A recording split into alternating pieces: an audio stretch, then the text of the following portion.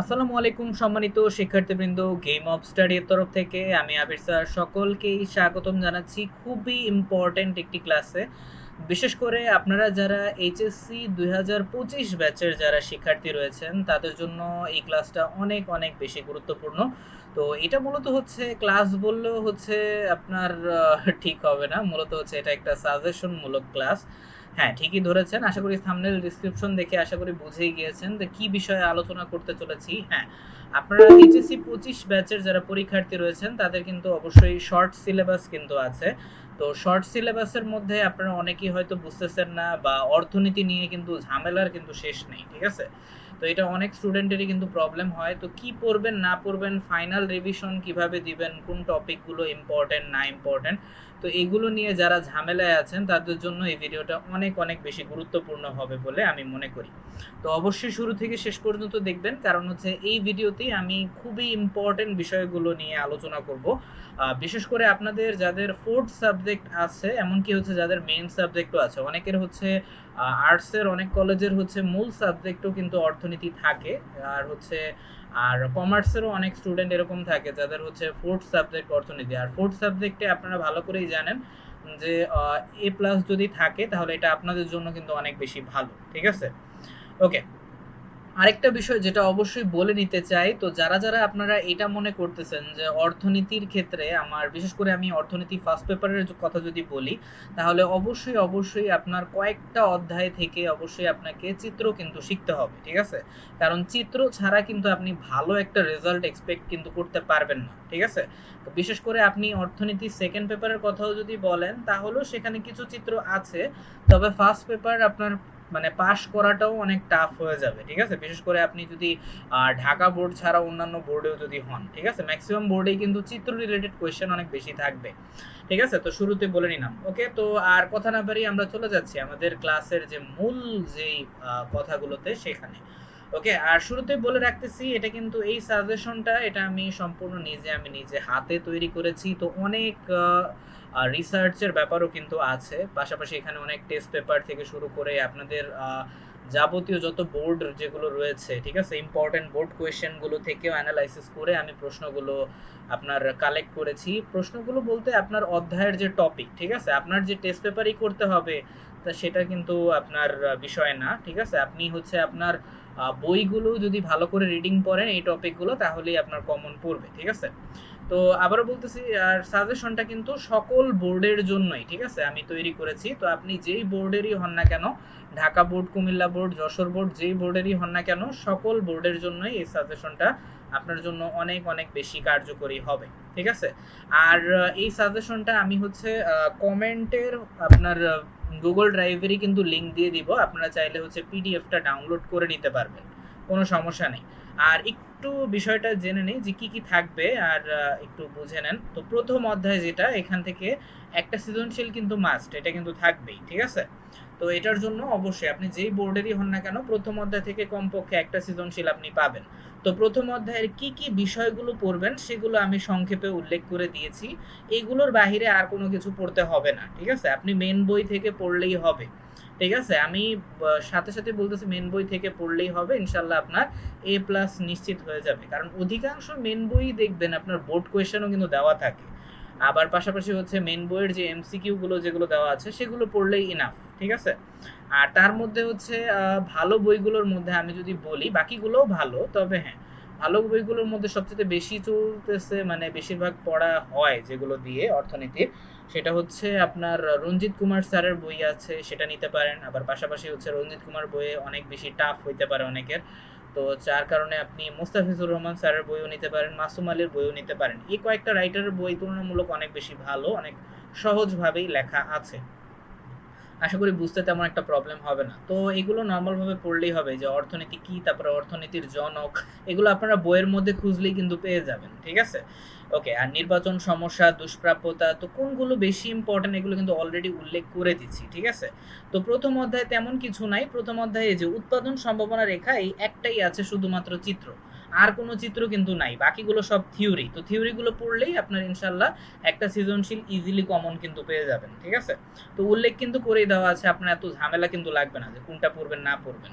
আচ্ছা, এরপর দ্বিতীয় অধ্যায়টা তুলনামূলক একটু বড়। দ্বিতীয় অধ্যায় থেকে যেগুলো ইম্পর্টেন্ট সেগুলো কিন্তু উল্লেখ করা আছে। সবগুলো অধ্যায় যেগুলো আপনাদের পরীক্ষায় আছে এবং এই যে অধ্যায়ের নাম সহ কিন্তু উল্লেখ করা আছে। ঠিক আছে?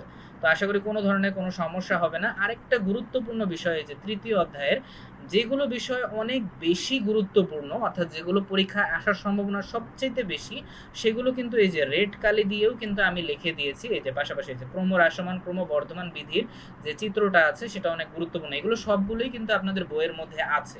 ঠিক আছে? বইগুলো খুঁজলেই আপনারা পেয়ে যাবেন। ঠিক আছে? ধারাবাহিকভাবেই লিখে দেওয়া আছে। বিষয়টা এরকম না যে হচ্ছে প্রথম দিকে যেটা আছে সেটা আমি লাস্টের দিকে লিখছি। বিষয়টা এরকম না। আমি হচ্ছে সিরিয়াল বাই সিরিয়াল মেইনটেইন করারই ট্রাই করেছি, যেটা অনেক ইম্পর্টেন্ট সেগুলোই জাস্ট দিয়েছি। এর বাহিরে তেমন কিছু দেইনি। ঠিক আছে? এই যে আর দেখেন এই যে পূর্ণ প্রতিযোগিতামূলক বাজার কাকে বলে, এই প্রশ্নটা কিন্তু অনেক অনেক বেশি গুরুত্বপূর্ণ। ঠিক আছে? আর এই তৃতীয় অধ্যায় থেকে কমপক্ষে হলেও আপনি ২ টা সৃজনশীল কিন্তু পেতে পারেন। ঠিক আছে? আপনি যেই বোর্ডেরই হন না কেন। আর গুরুত্বপূর্ণ এই যে দেখেন শর্তটা সহই কিন্তু আমি লিখে দিয়েছি। ঠিক আছে? এই দাম ব্যবস্থাটা, এই ইকুয়েশনটা অবশ্যই ভালোভাবে মাথায় রাখবেন। কারণ এই তৃতীয় অধ্যায়, চতুর্থ অধ্যায় যারা ইকোনমিক্স গুলো করেছেন আপনারা এই ৩ আর ৪ অধ্যায়, তারা ভালো করেই জানেন ৩ অধ্যায়ের বিষয়গুলো ৪ অধ্যায়ের সাথে অনেকটা রিলেটেড, বিশেষ করে বাজারের বিষয়গুলো। ঠিক আছে?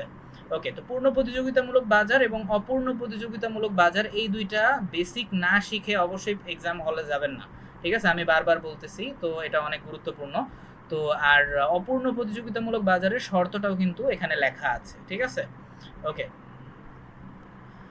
ওকে, তো অপূর্ণ প্রতিযোগিতামূলক বাজার যেটা আছে, অপূর্ণ প্রতিযোগিতামূলক বাজার কাকে বলে এবং এটার মধ্যেও কিন্তু একটা সূচি এবং হচ্ছে চিত্র আছে, এবং সবচেয়ে বেশি গুরুত্বপূর্ণ যেটা সেটা হচ্ছে আপনার এই যে অপূর্ণ প্রতিযোগিতামূলক বাজারের যে শর্তটা, অর্থাৎ দাম ব্যবস্থাটা যে কেমন থাকে। তো এগুলো আশা করি নতুন করে বলার কিছু নেই, এগুলো নর্মালভাবে যারা পড়েছেন তারা ভালোভাবেই আশা করি পারেন। ঠিক আছে? ওকে, তো চতুর্থ অধ্যায়ের বিষয়টায় আসি। চতুর্থ অধ্যায় যেগুলো অনেক অনেক বেশি গুরুত্বপূর্ণ, যারা চতুর্থ অধ্যায়ে ভয় পান তারা চাইলে হচ্ছে এই অধ্যায়টা স্কিপ করতে পারেন। বাট যদি এরকম হয় বাই চান্স যে হচ্ছে আপনার কি বলে পরীক্ষায় কমন পড়তেছে না বা এই সে, এটার জন্য আপনি অবশ্যই বাজারের যে বিভিন্ন প্রকারের যে বাজারগুলো, এই পূর্ণ বাজারের অধ্যায়টা খুললেই কিন্তু একটা চার্ট দেখতে পারবেন বাজারের প্রকারভেদ, অর্থাৎ স্থানগত ভিত্তিতে, স্থানের ভিত্তিতে বাজার, তারপরে হচ্ছে সময়ের ভিত্তিতে বাজার, তারপরে কি প্রতিযোগিতার ভিত্তিতে বাজার। এই ৩টা ক্যাটাগরিতে কিন্তু বাজার ভাগ করে দেওয়া হয়েছে। ঠিক আছে? তো এই বাজারগুলোর মধ্যে যে প্রতিযোগিতার ভিত্তিতে যে বাজারগুলো আছে সেগুলো অবশ্যই ওই সংজ্ঞাগুলো ভালো করে পড়বেন, এমনকি বৈশিষ্ট্য সহ পড়বেন। ঠিক আছে? এটা আপনাদের সৃজনশীল এমসিকিউ দুইটার জন্যই কিন্তু অনেক কার্যকরী হবে। ঠিক আছে? আমি বারবার বলতেছি, আর এই জন্য এই বিষয়টা লাল কালি দিয়ে কিন্তু আমি লিখে দিয়েছি। হ্যাঁ, ওকে, তো এরপরে হচ্ছে যেটা অনেক বেশি গুরুত্বপূর্ণ সেটা হচ্ছে পূর্ণ প্রতিযোগিতামূলক বাজার এবং একচেটিয়া বাজার। আচ্ছা, সবচেয়ে ভালোভাবে করবেন আপনারা এই দুইটার মধ্যে একচেটিয়া বাজারটা অবশ্যই বেশি গুরুত্ব দিবেন। ঠিক আছে? কারণ একচেটিয়া বাজারেই পরীক্ষায় আসার সম্ভাবনা অনেক অনেক বেশি থাকে। পূর্ণ প্রতিযোগিতামূলক বাজারও আসে, বাট তুলনামূলক যেই সকল বোর্ডগুলোতে একটু তুলনামূলক টাফ কোয়েশ্চেন করে থাকে, যেমন চট্টগ্রাম বোর্ড, তারপরে হচ্ছে সিলেট বোর্ডে যারা যারা রয়েছেন, তারপরে কুমিল্লা বোর্ডে যারা রয়েছেন, তারা একচেটিয়া বাজারটা একটু ভালোভাবে করবেন। হ্যাঁ, ৩টা অবস্থায় যে ভারসাম্য অর্জন করে, আশা করি বিষয়টা ভালো করে জানেন যারা যারা হচ্ছে পারেন। আর গাণিতিক সমস্যা সহই কিন্তু করবেন। সৃজনশীলগুলো মাস্ট এই অধ্যায়টা সলভ করতে হবে। আর যদি চতুর্থ অধ্যায় বেশি কঠিন লাগে তাহলে চতুর্থ অধ্যায়টা জাস্ট আপনি থিওরিগুলোই পড়বেন, তাহলে কিন্তু হয়ে যাবে। ওকে, এবারে আসি আমরা নবম অধ্যায় সামগ্রিক আয় ও ব্যয়, যেটা খুবই সহজ একটা অধ্যায়। এটা খুব ইজি ভাবেও হচ্ছে আপনারা শেষ করতে পারবেন। যাদের এখনো শেষ হয়নি এই অধ্যায়টা, চাইলে হচ্ছে এই যে সাজেশনগুলো দেখেই কিন্তু আপনারা টপিকগুলো শেষ করে ফেলতে পারেন। ঠিক আছে? তবে হ্যাঁ, এখানে খুব বেশি গুরুত্বপূর্ণ যেটা যেটা অনেক স্টুডেন্টই মিস করে ফেলে এই অধ্যায়ের, সেটা হচ্ছে দ্বৈত গণনার সমস্যাটা আসলে কি, এটা অনেকেই বুঝে না। ঠিক আছে? দ্বৈত গণনার সমস্যা এটা আপনারা বইয়ের মধ্যেই পেয়ে যাবেন। তো দ্বৈত গণনার সমস্যাটা, এটা আপনারা অবশ্যই ভালোভাবে টপিকটা ক্লিয়ার করে নেবেন। ঠিক আছে? যাদের প্রবলেম আছে। আর ছোটখাটো অনেক সূত্র আছে, তো এগুলো অবশ্যই আশা করি পারবেন কয়েকবার একটু রিভাইজ করলেই। আর অবশ্যই হচ্ছে নরমালভাবে এই যে অধিক গুরুত্বপূর্ণ যেটা ভারসাম্য জাতীয় আয় যেটা আছে সেটা ক্যালকুলেট করতে হয় কিভাবে এবং চিত্র অঙ্কন করতে হয় কিভাবে, এটা অনেক গুরুত্বপূর্ণ। আর আবদ্ধ অর্থনীতিতে নরমালভাবে এই যে ৩ খাত বিশিষ্ট যে ৩ খাত বিশিষ্ট আবদ্ধ অর্থনীতিতে যে ইকুয়েশন থাকে এটা, এরপর ৩ খাত বিশিষ্টতে এটা, এরপর উন্মুক্ততে থাকবে এটা। ঠিক আছে? উন্মুক্ত মানেই আমরা বুঝি কি এক্সপোর্ট ইম্পোর্টটাও কি হবে, ইনক্লুড হবে, আমদানি রপ্তানি, তাই না? ওকে, তো এই বিষয়টা এগুলো আশা করি নরমালভাবে যারা এই অধ্যায়টা করেছেন তারা ভালো করেই পারেন। তারপরে আমি ইন ডিটেলসে লিখে দিয়েছি যাতে প্রবলেম না হয়। আর দশম অধ্যায়ের ক্ষেত্রে এগুলো হচ্ছে নর্মালভাবে এটা বেশিরভাগই কিন্তু থিওরি, এগুলো তেমন একটা তেমন দেখানোর কিছু নাই। বাট তারপরেও আপনারা কেন্দ্রীয় বাণিজ্যিক এগুলো ব্যাংকগুলো অবশ্যই ভালোভাবে পড়বেন। এরপর অর্থের ফটকা চাহিদাটা কি এটা একটু ভালো করে দেখবেন, ঠিক আছে? কেন্দ্রীয় এবং বাণিজ্যিক ব্যাংক এগুলো করলেই হবে। এবারে যদি আমরা আসি অর্থনীতির দ্বিতীয় পত্রের ক্ষেত্রে আপনি জাস্ট পরিসংখ্যানগুলো একটু খেয়াল রাখেন, ঠিক আছে? অর্থাৎ কৃষির অর্থনীতিতে বাংলাদেশের কৃষিতে কি অবদান আছে, কত পার্সেন্ট আছে, এগুলো নর্মালভাবে এমসিকিউতে অনেক সময় চলে আসতে পারে, ঠিক আছে? আবার এই যে আর সিকিউ এর মধ্যে আপনার কৃষি খামার কাকে বলে, তারপরে জীবন নির্বাহী বা মিশ্র খামার কি, তারপরে কৃষি জোত কি, এগুলো গুরুত্বপূর্ণ কোয়েশ্চেনগুলো কিন্তু আমি লিখে দিয়েছি, ঠিক আছে? তো অবশ্যই ভালো করে এগুলো পড়বেন, এগুলো করলেই দ্বিতীয় অধ্যায় কমপ্লিট হয়ে যাবে। এরপর তৃতীয় অধ্যায় যদি আসি, তৃতীয় অধ্যায়ের মধ্যে সবচেয়ে বেশি গুরুত্ব দিবেন শিল্প কি, এটা তো অবশ্যই পড়বেন। পাশাপাশি শিল্পের প্রকারভেদও কিন্তু দেওয়া আছে, বাট যেটা অনেক বেশি গুরুত্ব দিবেন এই যে এই দুইটা, অর্থাৎ শিল্পের মূলধন কত, কোন শিল্পে কি পরিমাণ মূলধন আছে, যেমন বৃহৎ শিল্পে এবং মাঝারি শিল্পে এবং হচ্ছে কুটির শিল্প মানে ক্ষুদ্র শিল্প যেটা, সেই শিল্পগুলোতে কি পরিমাণ মূলধন থাকবে টাকা পয়সা এবং কি পরিমাণ শ্রমিক সংখ্যা থাকে, এটা কিন্তু খুবই গুরুত্বপূর্ণ জানা, কারণ এখান থেকে আপনার এমসিকিউ থাকতে পারে। তো অবশ্যই গুরুত্ব সহকারে পড়বেন। এরপর রপ্তানিমুখী শিল্পগুলো কি কি, অর্থাৎ যেটার মধ্যে যে তৈরি পোশাক নিয়ে যে ক্যালকুলেশনগুলো আছে এবং তৈরি পোশাক নিয়ে বিস্তারিত ভালোভাবে পড়বেন, ঠিক আছে? আর পিপিপি অর্থাৎ পাবলিক প্রাইভেট পার্টনারশিপ, যেটা সরকারি বেসরকারি অংশীদারিত্বর যে বিষয়টা, এটা অনেক ভালো করে আপনারা পড়বেন, তাহলে তৃতীয় অধ্যায় আপনাদের কমপ্লিট হয়ে যাবে। এবারে যদি আসি চতুর্থ অধ্যায়ের জন্য জনসংখ্যা, মানব সম্পদ ও আত্মকর্মসংস্থান, যেটা এই অধ্যায়ের জন্য বেশি গুরুত্ব দিবেন হচ্ছে শূন্য জনসংখ্যা বৃদ্ধির যে সংজ্ঞাটা আছে একটা, অর্থাৎ জিরো পপুলেশন গ্রোথ, এটা কিন্তু অনেক গুরুত্বপূর্ণ, ঠিক আছে? জেপিজি। ওকে, আর জনসংখ্যার ঘনত্বের দেখবেন একটা অঙ্ক কিন্তু দেওয়া আছে, ওই অঙ্কটা এবং সংজ্ঞা দুইটাই অনেক ভালো করে পড়বেন, এই যে গাণিতিক সমস্যা আমি উল্লেখ করেই দিয়েছি, ঠিক আছে? আর জনসংখ্যার নির্ধারক সমূহ, এটা অনেক ইম্পর্টেন্ট। আর সবচেয়ে বেশি গুরুত্বপূর্ণ হচ্ছে ম্যালথোসের যে জনসংখ্যা তত্ত্ব এবং ম্যালথোসের জনসংখ্যা তত্ত্বের যে গাণিতিক এবং জ্যামিতিক হার এবং ম্যালথোসীয় তত্ত্বের একটা চিত্র আছে, ঠিক আছে? দেখবেন তিনটা সমস্যার কথা উল্লেখ কিন্তু করা হয়েছে, ঠিক আছে? আর আরেকটা বিষয় অবশ্যই মাথায় রাখবেন যে ম্যালথোসের মতে হচ্ছে জনসংখ্যা দ্বিগুণ হয় 25 বছর পর পর, ঠিক আছে? তো এই বিষয়টা অবশ্যই মাথায় রাখবেন। আর কাম্য জনসংখ্যা তত্ত্ব, যেটা যেটা ডাল্টনের যে তত্ত্ব পরবর্তীতে যেটা এসেছে, তো এই দুইটা তত্ত্বই অনেক বেশি গুরুত্বপূর্ণ, হ্যাঁ, ম্যালথোসীয় তত্ত্ব এবং কাম্য জনসংখ্যা তত্ত্ব। তো যারা চিত্র করতে চান দ্বিতীয় পত্রে, তো এই চতুর্থ অধ্যায়ের জন্য তাদের জন্য অনেক মাস্টার ক্লাস, ঠিক আছে? ওকে, মাস্টার স্ট্রোক হতে চলেছে চতুর্থ অধ্যায়টা এবং হচ্ছে সপ্তম অধ্যায়। হ্যাঁ, সপ্তম অধ্যায় হচ্ছে জাস্ট মুদ্রাস্ফীতি এবং মুদ্রাস্ফীতির হার নির্ণয়ের একটা সূত্র আছে, যেটা অবশ্যই অনেক ইম্পর্টেন্ট আর খুব ইজি আছে সূত্রটা, এত টাফ কিছু না। আর মুদ্রাস্ফীতির প্রকারভেদ তো অবশ্যই ইম্পর্টেন্ট আছে, পড়ে যাবেন।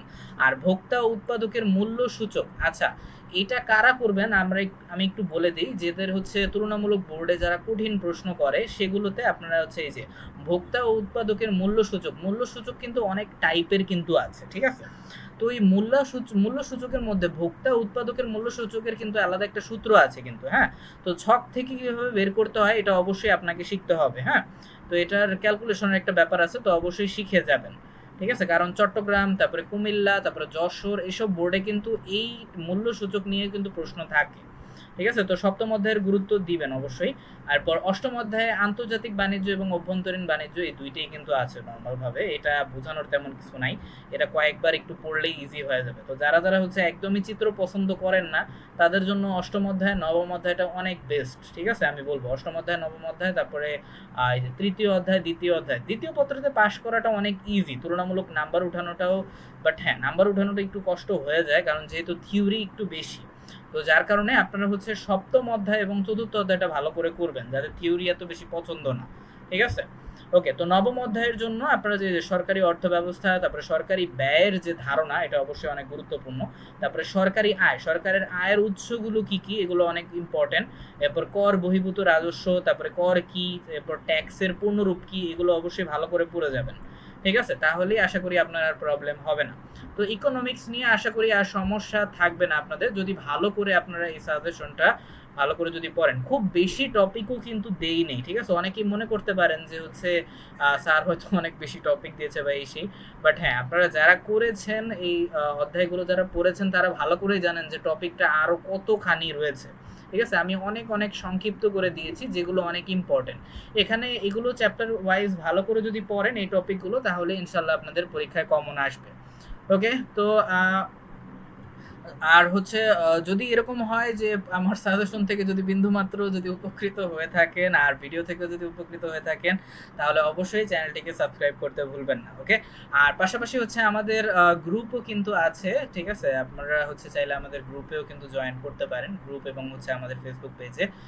ওকে, তো আমি আবির স্যার তাহলে এখান থেকে বিদায় নিচ্ছি ইনশাল্লাহ। পরবর্তীতে হচ্ছে এইচএসসি পরীক্ষার্থীর জন্য আরো গুরুত্বপূর্ণ কিছু সাবজেক্টেরও সাজেশন নিয়ে হাজির হব।